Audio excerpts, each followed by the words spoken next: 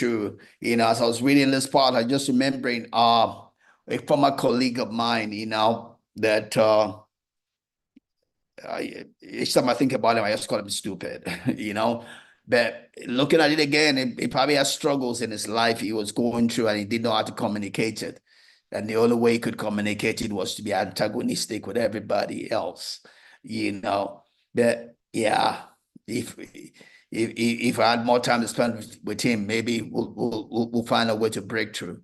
But at the same time, everybody needs to protect their own heart. You have to do it in a way. Again, don't do it in a place where you're not safe.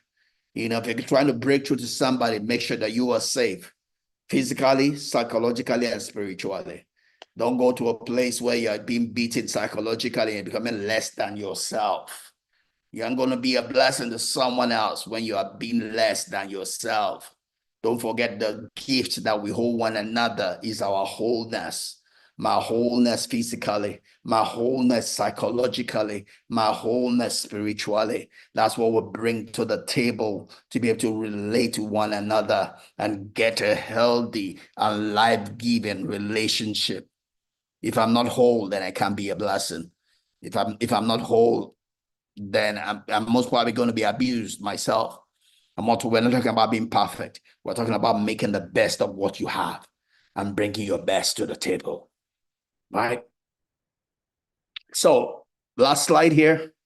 I thought we wouldn't be able to finish this, but we're in a home run here. In every story of our lives, we can choose to be a victim, a hero, or a learner. So says Reverend Head Backer. Everything that goes on in our life, every encounter we have, even with this one I spoke about, my old colleague here, I could have chosen to be a victim. Yes, I chose I was the victim, and I fought back. I could choose to be the hero. In one part, I was the hero, in my fighting back. But in all of that, I could have better than the first two is I could choose to be a learner. And that's where I can look back and say, hey, maybe it was fighting a battle I had knew nothing about. And that's my better stance today, even at work, where I've had different kind of fight, relationship issues with some people, and as I come in a mature place today, I'm in a place of a learner, trying to see what the other person is going through, trying to take myself away from the incubement of the immediate emotions and coming outside the frame to see how things are playing and see how best or what best to do to get the result that I want. It's not about winning every battle. It's about winning the war.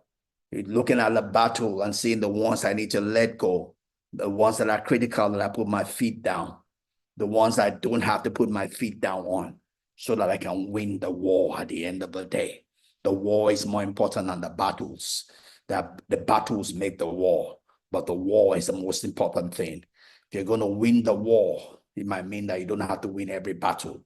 You know which ones are the critical battles, and you put all your energy on the critical battles. You measure on the majors and minor in the minors, right? That's what it takes to regulate your emotion and not let your emotion have the better of you, not let your emotion be lord over you. You lord it over your emotion, and you use your emotion to get the target, the goal, the vision, the mission that you are about, right? And not be lost by your emotion. So don't be a victim. Don't be a hero either. Be a learner. Ask yourself, what can I learn from this encounter? What can I learn from this moment? What can I learn from this interplay? Learn it and use it so that you can be the master of your fate, the master of your destiny, the captain of your soul, the captain of your career, your captain of your ministry, your captain of your company. And you can direct it where you want it to go. Not that you cry, oh, hey, it was because of this. No, it wasn't because of anything. Whatever you did is because you made a decision to do it. Wherever you are is because you made an appointment to be there by the things you did and did not do. So now is the time to make the decision on the things to do and the things not to do, so that when you get to where you get to, you will be proud of the decisions that you made. You'll be proud of the things that you learned and the things that you did, right? So thank you. Thank you for another time.